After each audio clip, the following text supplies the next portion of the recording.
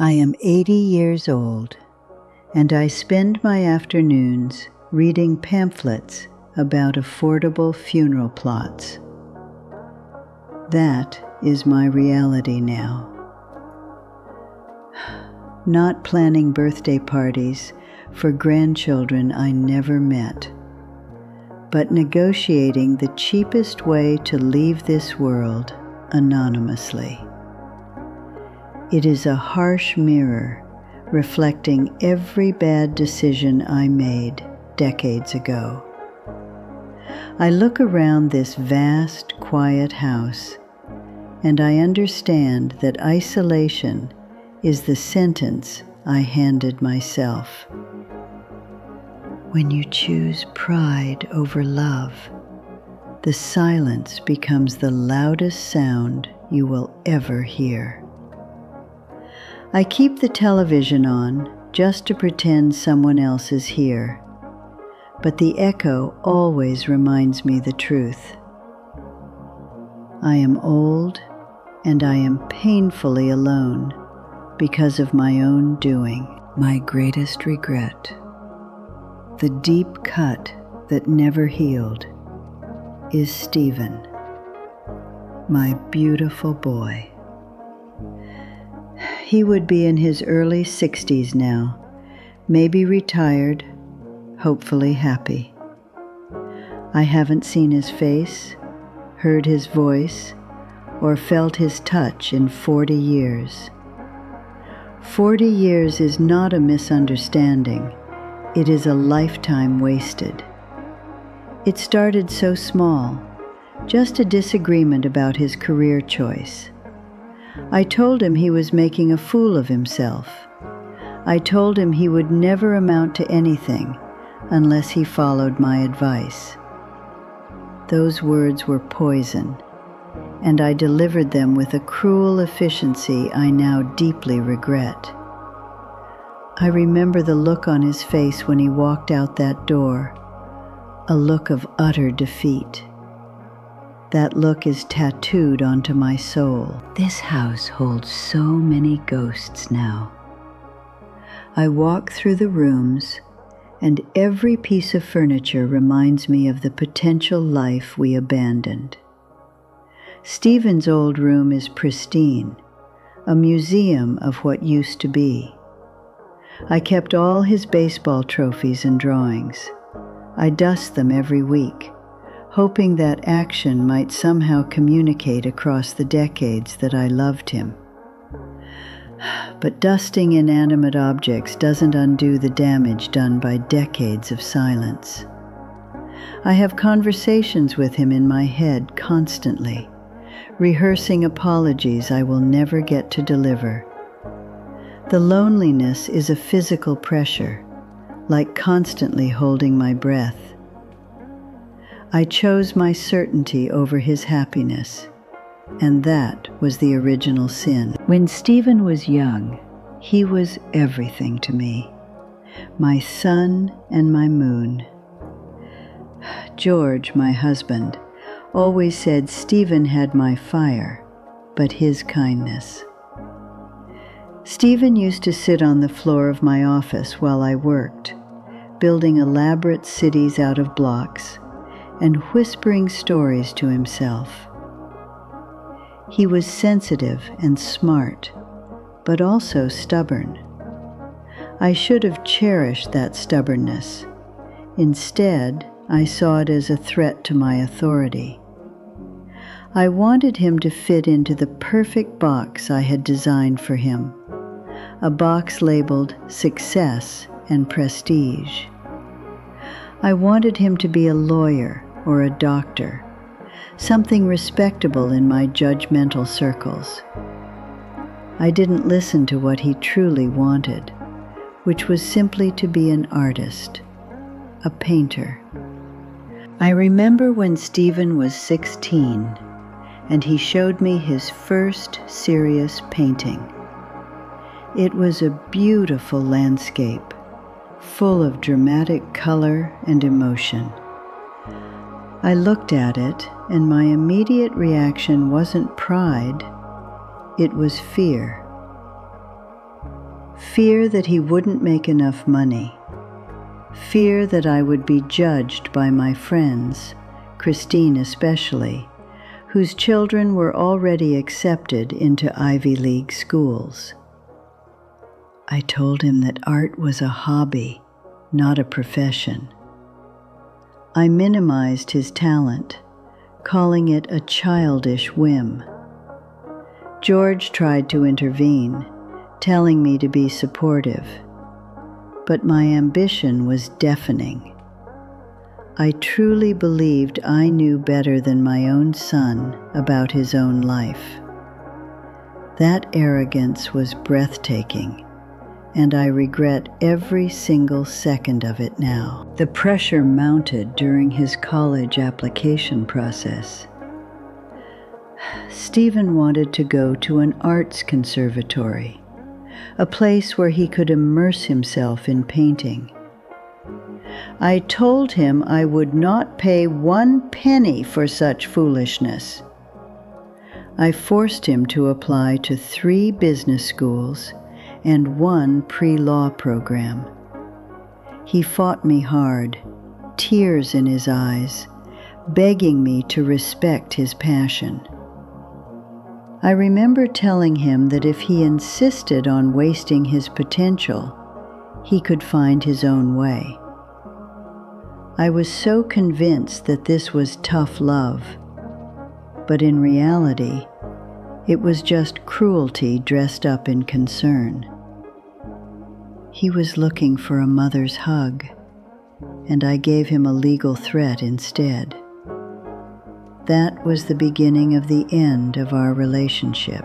The final blow came the day he turned 21. He came home from his second year of forced business school and told me he was dropping out.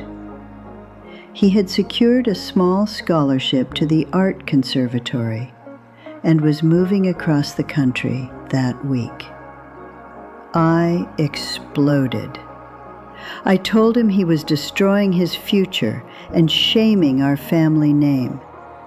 I used words that were designed to hurt him deeply, questioning his manhood and his intelligence. He stood his ground, but his eyes were vacant, the light gone out. He said I always loved the idea of a perfect son more than I loved the actual me. I threw him out of the house that evening.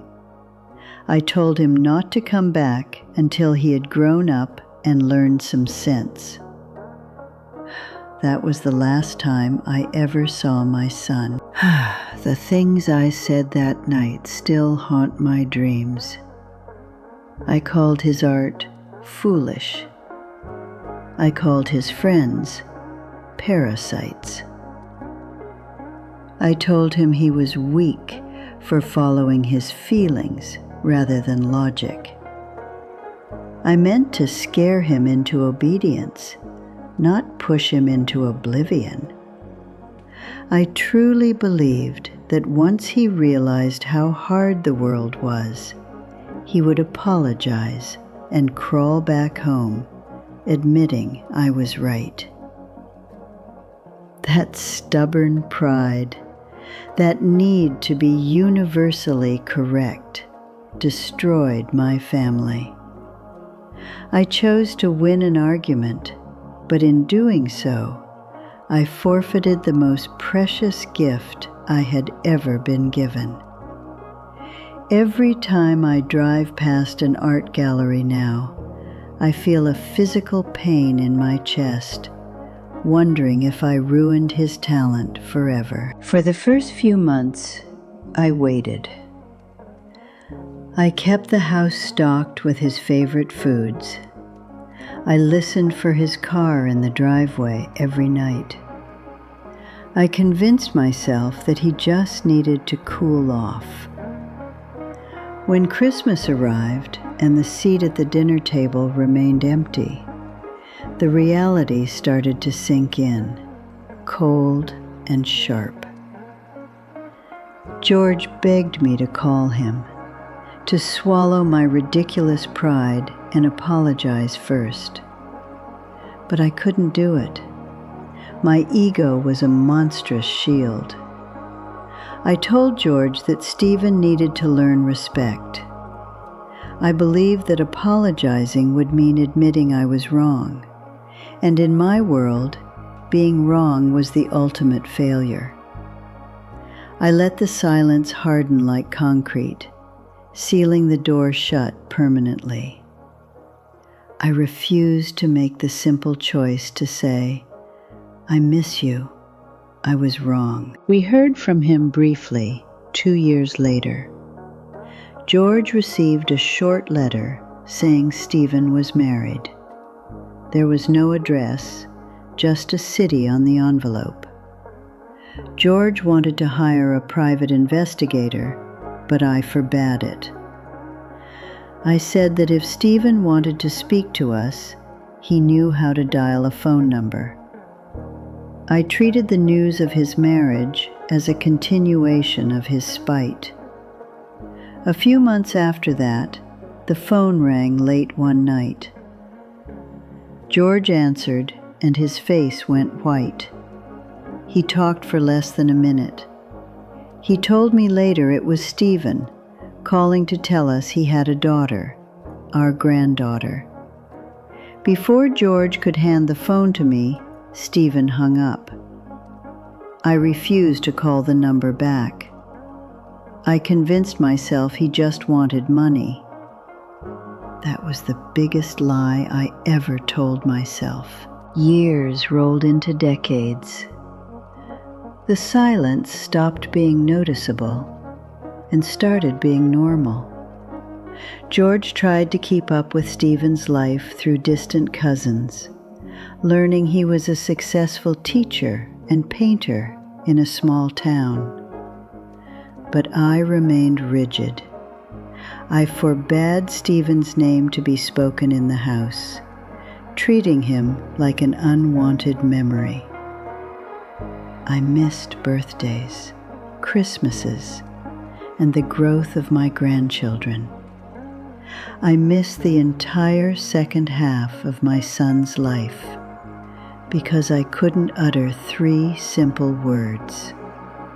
I was wrong. I prioritized my personal image, the projection of perfection, over the actual messy reality of loving someone unconditionally. I traded decades of joy for a momentary feeling of self-righteousness.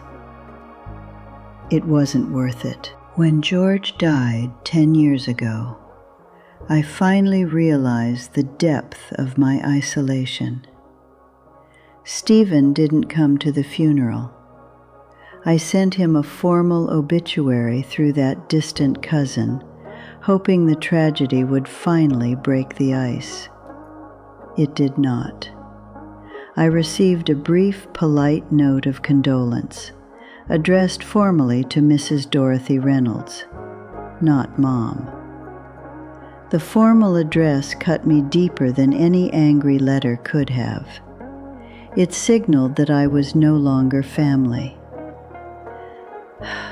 I tried to write a proper letter back, a full apology, but the words felt hollow and too late.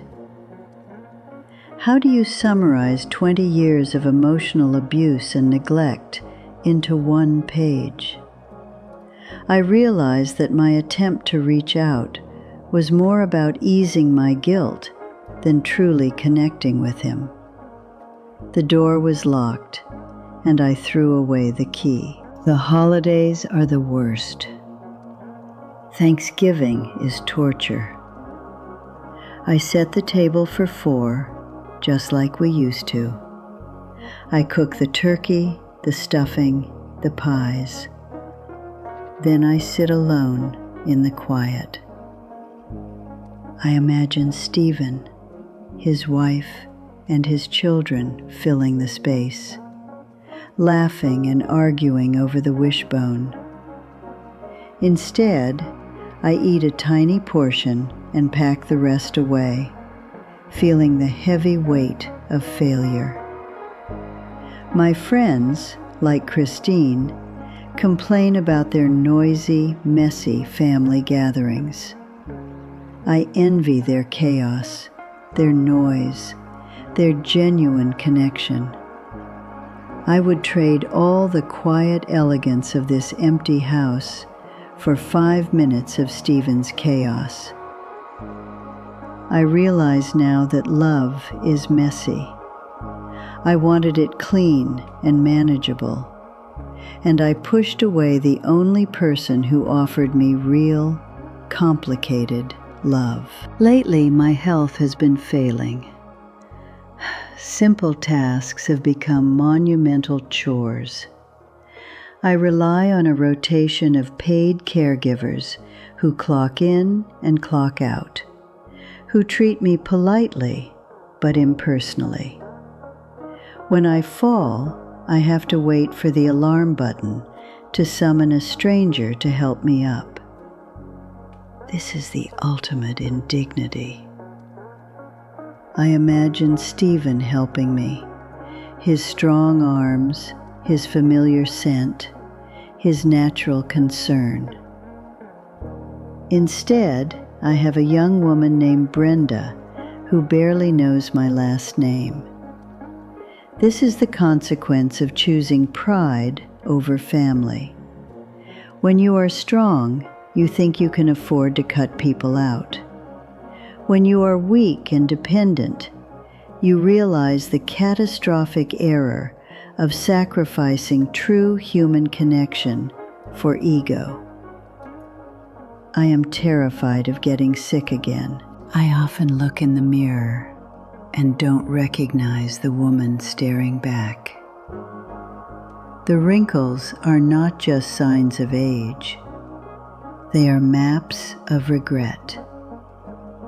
Every line around my eyes tells a story of a moment I should have called, a birthday I should have attended, a time I should have apologized.